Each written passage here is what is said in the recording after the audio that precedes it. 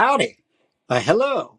This is John Nathan, and we are exploring opportunity of content and interview and emotional discussion of folks that we've seen who are exuding a healed perspective or persona of themselves, bringing an introduction of a therapeutic lens to their existence, to their art, uh, to their being. And for the subject matter expert of someone who has offered this version of eleganza and leadership and introduced the world to the concept of loving yourself in a way that is full acceptance, Miss Rupaul Andre Charles of RuPaul fame, specifically the supermodel of the world. And to be able to bring context to how we've been a lifelong supporter, fan. There's no one, I believe, who has called her mother prior to me. 1992, even before her album came out, being on a military base in Europe with the with the pre-access to Supermodel of the World and the distribution of the USO tours and the beginning of the shift of entertainment, for the value that Ms. RuPaul brought to the masses, to the people, to see something they had not seen before, to be introduced to an acceptance of free speech, of free expression, of understanding the differential between standing by the door or opening the door for others. And to dive into an introspective of how Ms. RuPaul has brought so much colloquialism and quote and joy to lives, but also to the concept of not being accepted, of being bullied, of being shamed, of being unsure of what you're going to become, but knowing it's not what is happening, always moving, always keeping it moving, always keeping it working. And as she says, you better work, because that's the thing that we've come here to do. We are made to exert ourselves. And as RuPaul brought fresh out of the Brewster projects outside of Detroit, Michigan, brought a connotation of music that brought the house down, it brought the house up, it brought the house boots down, all of that, and yet still brings the understanding of what it's like to not be sure of yourself in the world. And then to be able to be someone who can have that conversation, especially with a different generation. If you were not there in the 1900s, Ms. RuPaul brought, from origin, beginning of a studio album, June 8th of 1993 is what we've seen. I know that we had access to that song specifically in 1992. I was there for the cusp. It was having to get permission to have this CD in your home.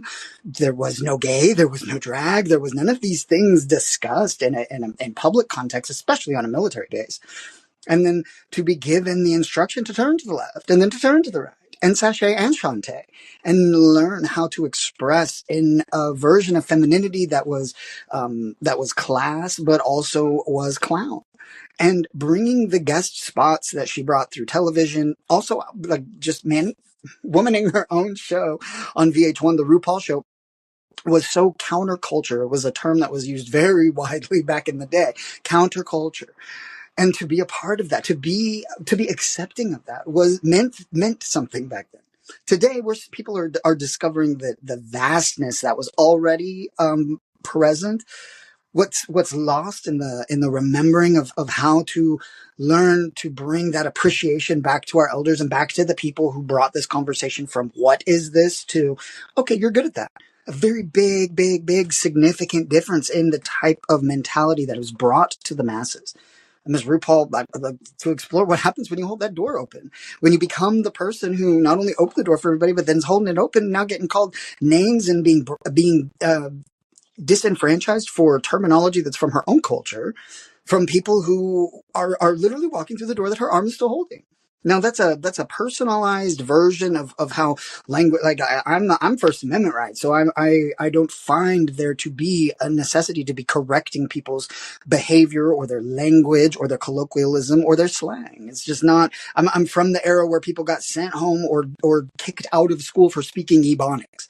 So to call somebody a tranny chaser, or to have been a part of that legacy that was the 90s, and learning about the counterculture of homosexuality, and that there were men in dresses, and to have to learn from people like Miss Rupaul and Miss Coco Peru and Miss Vita and Noxzema Jackson from Tu Wong Fu. Thanks for everything, Julie Newmar. And to understand like the subtext and subculture that has been, put through the laundry machine and through the Hollywood machine and through all the other machines where everyone has an opinion and that they feel entitled to be able to voice that opinion as fact or concern or whatnot. Like, I don't subscribe to that. I subscribe to the fact that if they ain't paying your bills, then pay them bitches no mind. And that she gets up every single day, whether it's for 20 million or not, and still does the work that needs to be done to represent a community, whether they're grateful to her or whether they, turn to the left and then turn to the right, like flip-flopping ass bitches. That's allowed. That is what is part of being able to express yourself. Being able to be the leader in a culture where people didn't know what it was. It's a very significant understanding of what it's like to have the discussion at the dinner table in 1995 about the new Mac girl on the billboards of New York that no one had ever seen before. And this is not entirely true. It's just the way that the conversation was voiced back then. So as an original single father in a military upbringing, Miss Paula Abdul and Miss Rupaul were some of the first that weren't Tina Turner or Whitney Houston that I looked to as motherly figures. And specifically, like, MTV raised me, so just to know that I had both states of attraction and Miss Rupaul on VH1, where you had to have a friend who had cable, who had this, and very similar to 2008 when Logo came around, and especially if you were out in the sticks where there was no satellite, that you had to have that one friend who paid the $49.99 for the Logo channel so we could go watch 1 hour of television with a fucking Vaseline lens and understand that glamazon that was brought to the world out of those those batches of queens brought the exploration. They might have brought some exploitation. They might have, but that's what we balance through the version of visibility and accessibility and allowance and respect and reverence for the art form of drag, for the personification of drag, for the exploitation of drag, and the monetary compensation of building a brand and a franchise and a business that now people feel that they have claim to. And to like bring it back to original steps of like, yes, Marsha P. Johnson and all the way through history. But Ms. RuPaul was the first person to put that on your cable television and to bring that to the conversation of the rest of the Black community. Because if you're not from that community, then you might not understand, especially back then when it was so visible and you needed your lemon pepper steppers, not your high heel steppers on, of what that type of awareness and alert and alarms brought to various communities, how it was used against you, how it could be pointed out. And as a young, effeminate brown child, it definitely gave me someone to look toward. And I'm, not still putting on my cowboy boots and clacking down the hallway, but also to understand that it had nothing to do with dresses and wigs and makeup. It had everything to do with what was inside that needed to be expressed outside. And to learn and to see the visual of that from somebody else who is doing it in a way that I will never be able to do, who does it in a way that I find fascinating, that I find brilliant and charming and beautiful, but also a very creative outlet for what needed to be a discussion about acceptance, about understanding that people can be different and that you can't not support things like freedom of speech and then tell somebody they cannot dress and act and live and be a certain way. And that dichotomy of that conversation was head on, applied directly to the head with support from various people. But if you were not from that era and you don't understand the culture of like what it was like to be somebody's fag hag or fruit fly or best BFF or DUFF or whatever little alphabet conglomerate they want to put together, but to be able to pick yourself up and turn the world on its head, like no one else was able to do that in a way that brought a different version of counterculture into a mainstream event that allowed for people to and especially not only to take all of the criticism, all of the shame and all of the guilt and all of the self-pain, as now recently explained through her RuPaul Charles showed up on Call Her Daddy as RuPaul Charles and explained and described the pain that was unsubsiding within, that created all of that art, that created all of that angst, that created all of that music, that created all of that drive to be going for 16, 17, 18 seasons of a production. To bring that level forward that says, it might be elite and from the Clintons to the Obamas keeping it tight, but also at that same time, Sissy and now walking, being herself and expressing herself. And now with the therapeutic lens, she's celebrating several years sober. She is married to gorgeous husband, George Labar, that I did not know of, which is significant to me in the conversation because that's part of the that's part of the conversation about RuPaul. And that I find I disassociate myself from the conversation of what drag is and how it is presented in the world. I'm from Oklahoma South drag, where it was all beauty pageants and bouffants. And if it was not that, then it was not drag. And to learn how to bring the fact that, for one, my opinion did not matter in that situation. I wasn't on stage. And for two, the invitation of drag. This is the reason all the fucking sequins and mirrors and smoke is there. It's to reflect back for you to have the invitation to be you. Because we're all born naked and the rest is drag. And to be the champion of yourself means that you got to be able to understand that about yourself, whether it looks like a flannel, whether it looks like a fucking uniform, whether it looks like nothing, whether it's a towel, whether it's like whatever you are in the moment. Your perception of yourself is more important and stronger than anybody else's version of that. And that's what the version of exploitation that comes about with this type of presentation into the world, a spectacle, if you will, an invitation to be able to feast your eyes on something that's reflecting directly back on you on how you feel about yourself or how you feel about something you don't know about. And to learn this over the course of decades, over the course of generations, near 30 years that I'm way longer than that, 32 or 33 years of being a kid girl in this world and learning to step in the street to my sachet and my shantae and when to go and when to stay and how to understand that I put the bass in my own walk because somebody else led me there with the version that I received. Very similar to like when Mariah Carey's Dream Lover had that very first whistle tone and all of us understood an immediate which color of the rainbow that we were immediately attached to. Like that is just a thing that if you're not a part of it or if you don't want to be a part of it, you might not have received and accepted.